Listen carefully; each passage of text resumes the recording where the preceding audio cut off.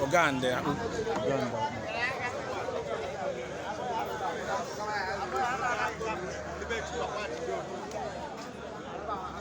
Here is the team for final of final.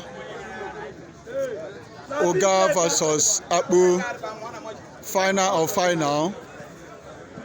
Final of final. Final of final. Uga versus Akpo. 5th of March 2023. Uga Football Competition. And you are watching live on Planet TV. This is the final of final team. Uga versus Akpo.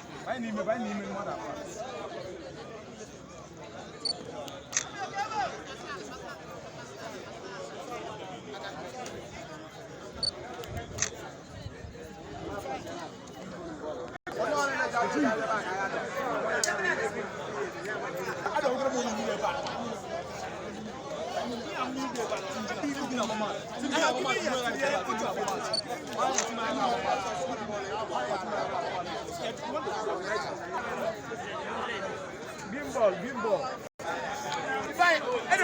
Don't give him water.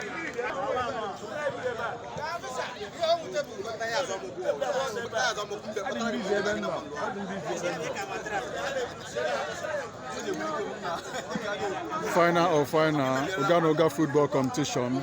We are live at Uga Field.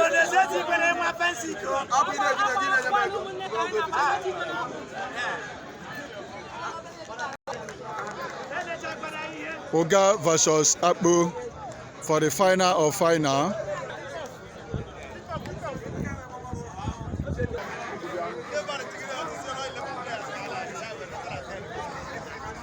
Still get him from there.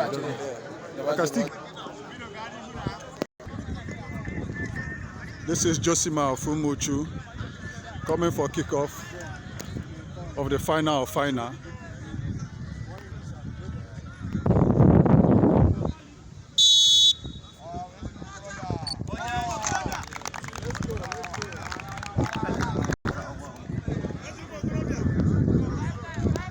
This is it.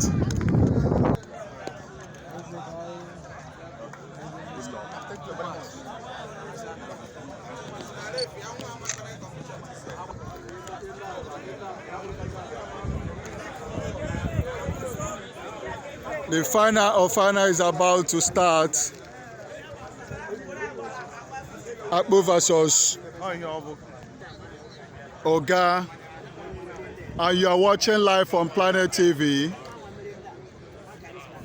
5th of March 2023. You are watching live on Planet TV.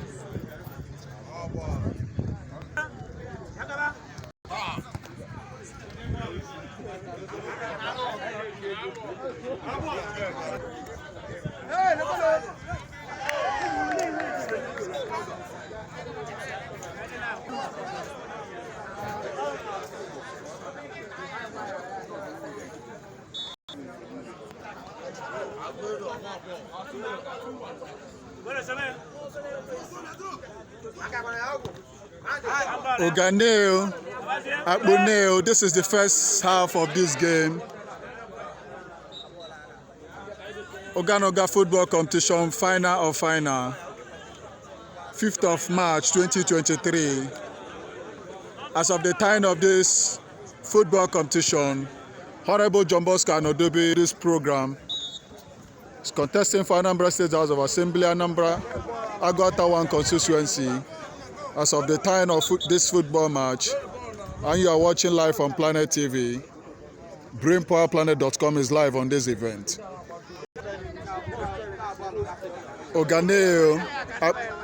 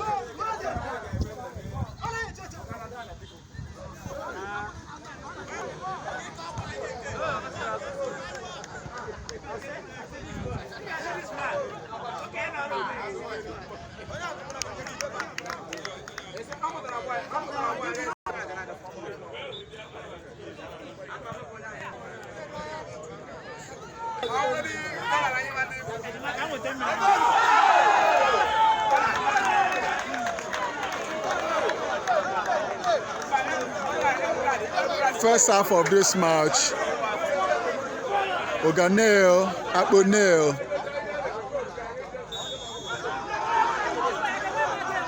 Akpo on bread, Oga on light green, and you are watching live on Planet TV.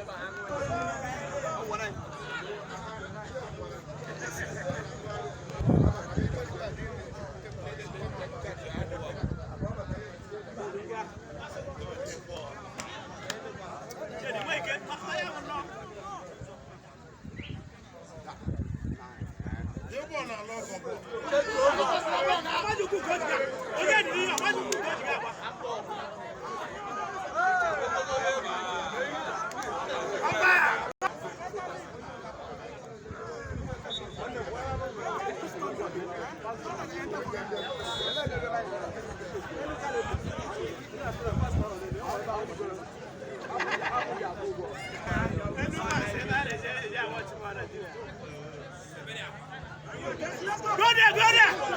Don't give a gap! What?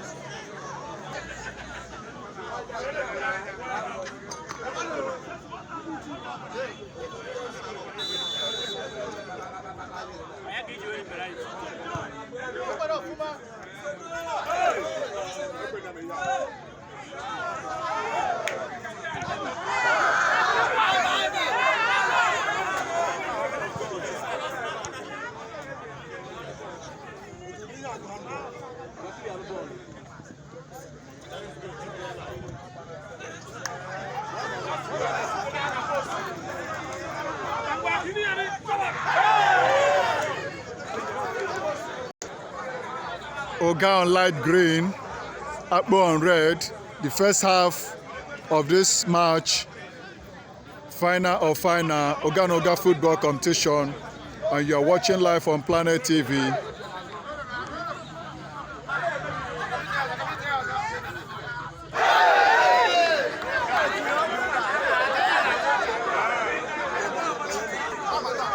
Uga nil, Akpo nil. The arrival of Hon Johnbosco and Uga 5th of March 2023 at the final. Here is Hon Johnbosco and Uga has arrived the venue for the final Uga Football Competition. As of the time of this competition, Honorable Hon Johnbosco and Odebe is contesting for Anambra State House of Assembly, Aguata 1 Constituency under APC platform.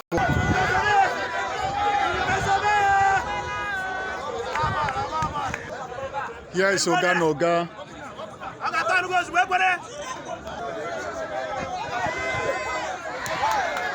Here is Uga Noga. Honorable Johnbosco and Odebe, the proud sponsor of this football match, have just arrived the venue for the final of final Uga Football Competition, and you are watching live on Planet TV.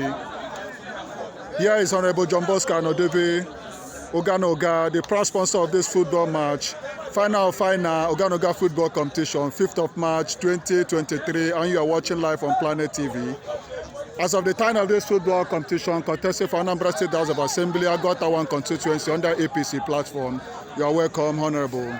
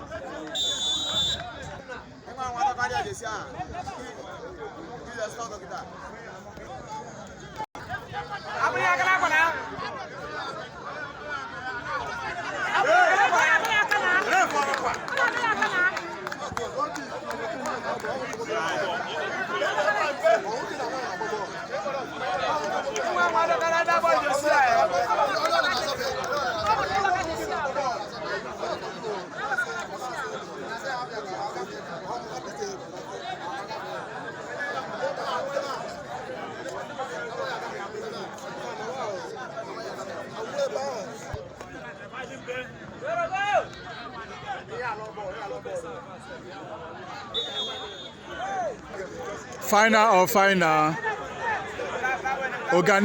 Akpo, first half of this match, Uga Football Competition, and you are watching live on Planet TV.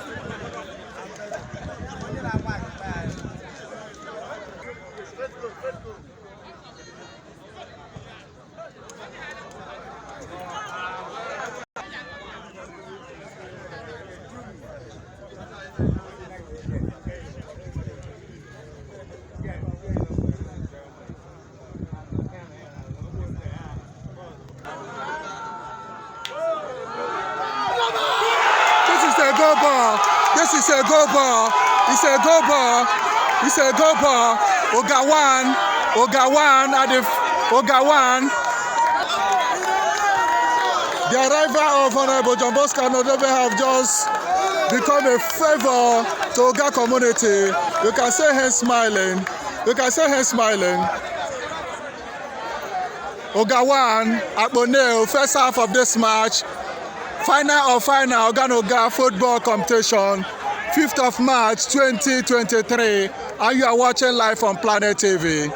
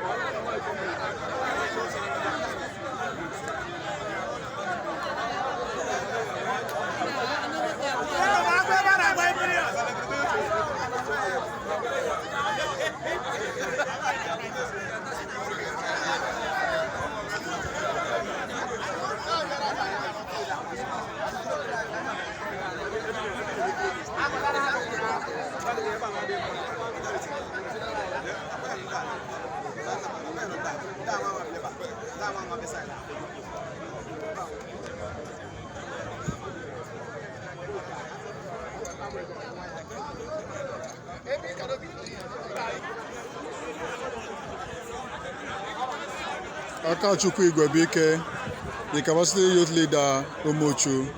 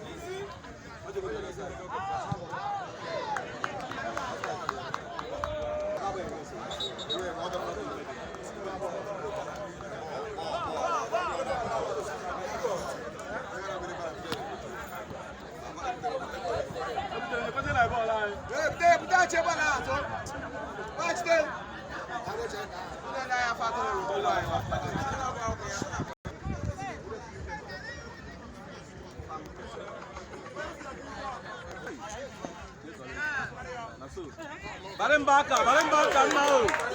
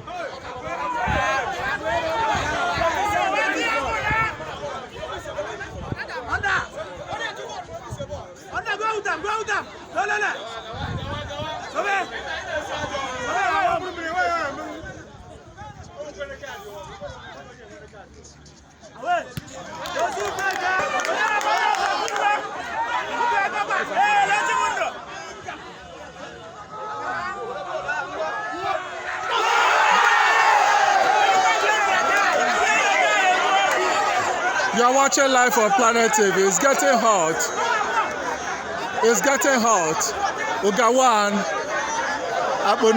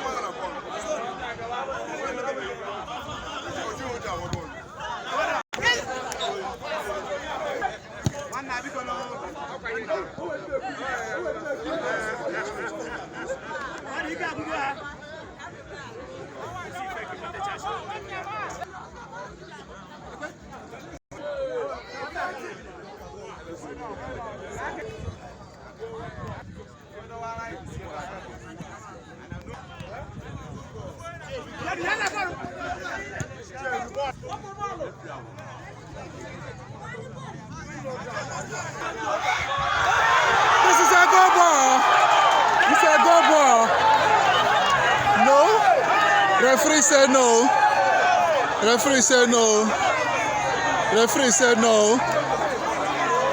Uga 1, Akpo 0.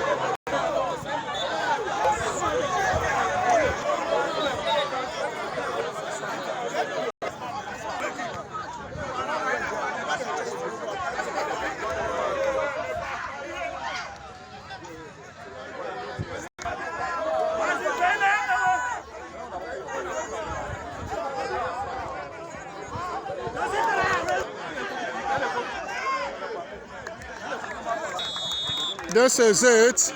This is it. It's the first half. Uga 1, Akpo 0. This is glorious. This is glorious.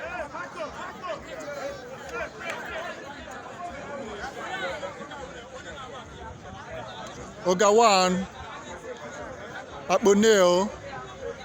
Final of final, Uga Football Competition. Our honorable referees.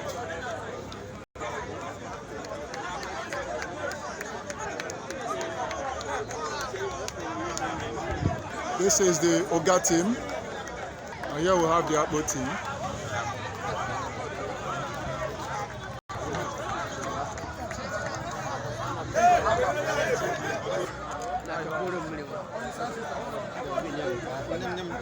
First half just ended.